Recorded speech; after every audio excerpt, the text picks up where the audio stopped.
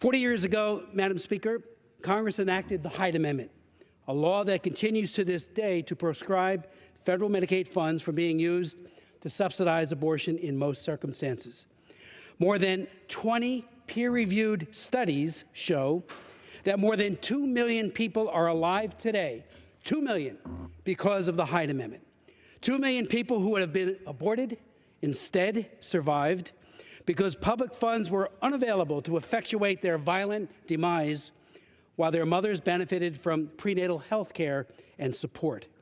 2 million survivors who have had the opportunity to live and to enjoy the most basic and most elemental of all human rights, the right to life. Madam Speaker, we are experiencing a megatrend in America, consistently reflected in polling data, including the most recent polling data for the Marist poll yesterday. That showed that 61% of Americans are against public funding for abortion, and most want, even those who identify as pro-choice, more restrictions to protect the innocent unborn. People are seeing the truth of who abortion actually destroys, as today's proudly shared first baby pictures are most often of ultrasound imaging photos depicting the amazing miracle of the developing child in the womb. Growing numbers of Americans are often shocked to learn that the methods of abortion include dismemberment of a child's fragile body, including decapitation and the severing of arms and legs, or the use of drugs like RU-46 that literally starve the child to death before forcibly expelling her or him from the safety of the womb. Yet the billion-dollar abortion industry continues to cleverly market the cheap sophistry of choice while going to extraordinary lengths to cover up, ignore, and trivialize the battered victim child in the womb. Madam Speaker, pro-life Americans struggle for the day when abortion violence will be replaced by compassion and empathy for women and respect for the weak and most vulnerable among us, the child in the womb. They believe, as do my pro-life colleagues, that we ought to love them both, mother and child, and not fund the destruction of children through abortion. Lawmakers also need to hear the courageous voices of women who are silent no more, a rapidly expanding number of women who share the heartbreaking agony and heartbreak that they have endured after procuring an abortion. As I mentioned yesterday, there was a poll that came out, and again, it found that 61% of Americans oppose taxpayer funding for abortion, and only 35% support it, which is precisely what we seek to accomplish with enactment of H.R. 7. It would make the Hyde Amendment and other current abortion funding restrictions permanent and government-wide.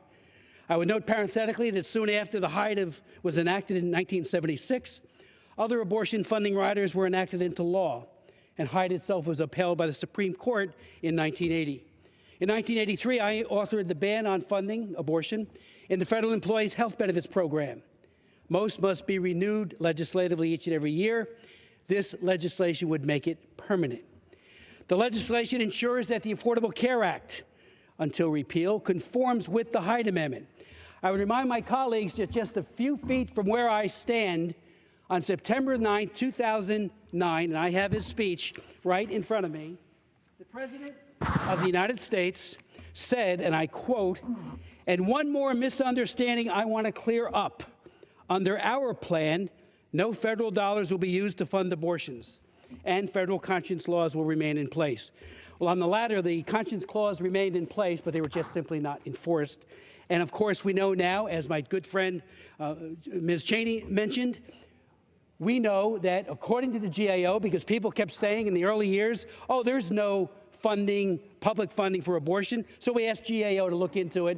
They came back and said there was much over 1,000 plans paid for abortion on demand. If the gentleman, I hope this really is accepted for the profound change that it underscores. The Hyde Amendment has saved 2 million lives.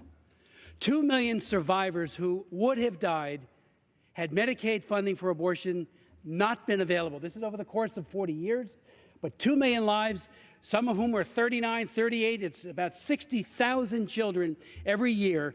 And, you know, if you look at where this comes from, much of the mega-analysis has come from a peer review done by the Guttmacher Institute in 2009.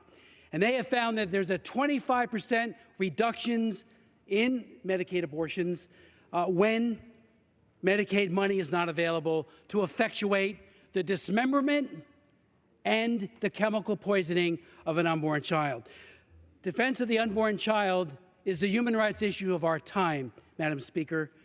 You know, we talk about the unborn child, we degrade them, we treat them as if they're tumors, warts to be excised, rather than children growing, developing, and maturing. Ultrasound imaging, as we all know, has shattered the myth that somehow an unborn child is anything but human and alive.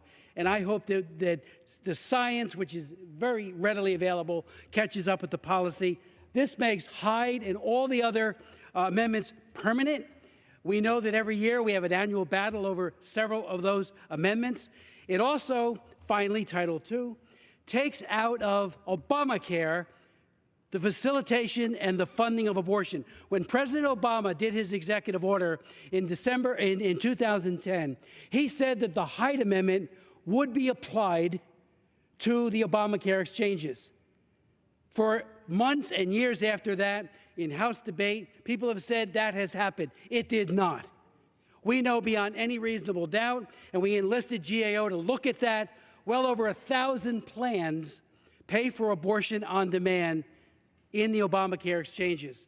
So that got the votes of the pro-life Democrats needed to effectuate the passage of the Affordable Care Act, but frankly, it hasn't happened. Title II of this bill says the Hyde Amendment will be applied to the Obamacare exchanges. Had that been done faithfully by the President, there would be no need for Title II of this bill.